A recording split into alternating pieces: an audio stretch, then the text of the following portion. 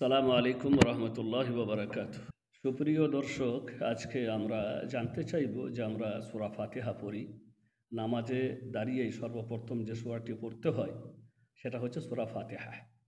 এর মধ্যে আছে আল্লাহর প্রশংসা এবং এর মধ্যে আছে বান্দার আল্লাহর কাছে দোয়া।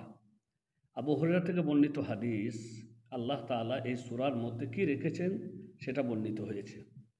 আবু হুরায়রা বলেন, সামিআতু রাসূলুল্লাহ সাল্লাল্লাহু আলাইহি ওয়াসাল্লাম ইয়াকুল قال الله تعالى قسمت الصلاة بيني وبين عبدي نصفين ولعبدي ما سأل। আল্লাহ বলেছেন যে আমি নামাজকে দুই ভাগে ভাগ করেছি, বান্দার মধ্যে আর আমার মধ্যে, আর বান্দা যা চায় তা সে পায়। ফাইদা কাল আল আব্দু আলহামদুলিল্লাহি রব্বিল আলামিন, বান্দা যখন বলে আলহামদুলিল্লাহি রব্বিল আলামিন, তখন আল্লাহ তাআলা বলেন হামেদানি আব্দি, আমার বান্দা আমার প্রশংসা করেছে। ওয়াইদা কাল আর রহমানের রাহিম, বান্দা যখন বলে আর রহমানের রাহিম, কাল আল্লাহ তাআলা, আল্লাহ তাআলা তখন বলেন আসনা আলাইয়া আব্দি, আমার বান্দা আমার গণকীর্তন করেছে,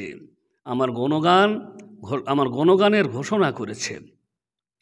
ওয়াইদা কাল মালিক ইয়াউমিদ্দিন, আর বান্দা যখন বলে আল্লাহ তাআলা কিয়ামতের দিনের মালিক, কালা মাজ্জাদানি আব্দি, আমার বান্দা আমার গৌরবের ঘোষণা দিয়েছে। ফাইদা কালা ইয়াকা না'বুদু ওয়া ইয়াকা নাস্তাঈন, বান্দা যখন বলে ইয়াকা না'বুদু ওয়া ইয়াকা নাস্তাঈন, হে আল্লাহ আমি তোমারই ইবাদত করি, তোমার কাছেই সাহায্য প্রার্থনা করি, তখন আল্লাহ বলেন হাদা বাইনি ওয়া বাইনা আব্দি ওয়ালি আব্দি মা সাল, এটা আমার মধ্যে আর আমার বান্দার মধ্যে, আর আমার বান্দা যা চায় তা সে পাবে। ফাইদা কালা ইহদিনা সিরাতাল মুস্তাকিম, বান্দা যখন ইহদিনা সিরাতাল মুস্তাকিম বলে, সিরাতাল্লাযীনা আন'আমতা আলাইহিম গায়রিল মাগদুবি আলাইহিম ওয়ালাদ-দাল্লিন, তখন আল্লাহ তাআলা বলেন হাদা লিআবদি ওয়া লিআবদি মা সাল, এটা আমার বান্দার জন্য আর আমার বান্দা যা চায় তা সে পাবে।